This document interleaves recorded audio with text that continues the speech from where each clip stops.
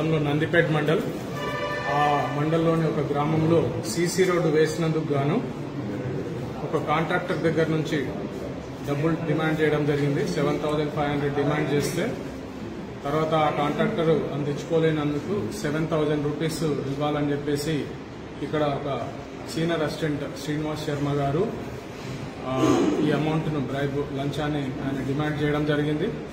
ఒక వారం నుంచి అతను డిమాండ్ చేస్తూ ఉన్నారు. ఆయన వర్క్ అంతా పెండింగ్ పెట్టారు.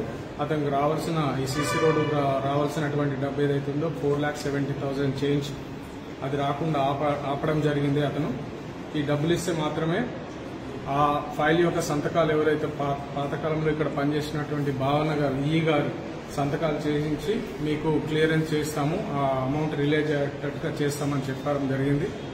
ఈ డబ్బులు ఇస్తే మాత్రమే ఆ పని జరుగుతుందని చెప్పడంతో మాకు అప్రోచ్ అయ్యారు ఆయన ఆ కంప్లైంట్.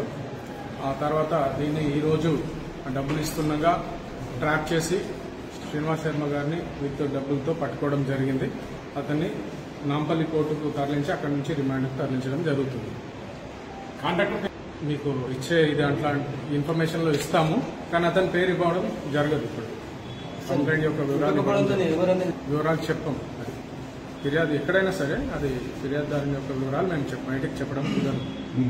ఓకే, నేను Shekhar Goud, DSP Nizamabad, ACB DSP. Staff Srinivas and Nagesh. Okay, public ఎవరైనా సరే ఇట్లాంటి డిమాండ్ ఉన్నప్పుడు 1064 దానికి చేయడం కానీ, లేదంటే మీకు వివరాలు ఇస్తున్నాం. దీనిలో ట్విట్టర్, ఫేస్బుక్ సంబంధించినవి కూడా వివరాలు ఇస్తున్నాం. వాటి ద్వారా కానీ, మెయిల్ ద్వారా కానీ, ఫేస్బుక్, వాట్సాప్ ద్వారా కానీ ఏదైనా సరే ఏదో ఒక మీడియా ద్వారా ఈ లంచం డిమాండ్ చేసినప్పుడు ఏసీబీకి తెలియజేస్తే వాళ్ళకి న్యాయం జరిగేలా చూస్తుంది. ఎప్పటికప్పుడు వార్తలను వీక్షించేందుకు Q9 న్యూస్ ని సబ్స్క్రైబ్ చేసుకోండి, లైక్ చేయండి, షేర్ చేయండి. విలువైన సమాచారాన్ని ముందుగా మీరే తెలుసుకునేందుకు బెల్ బటన్ ని క్లిక్ చేయండి.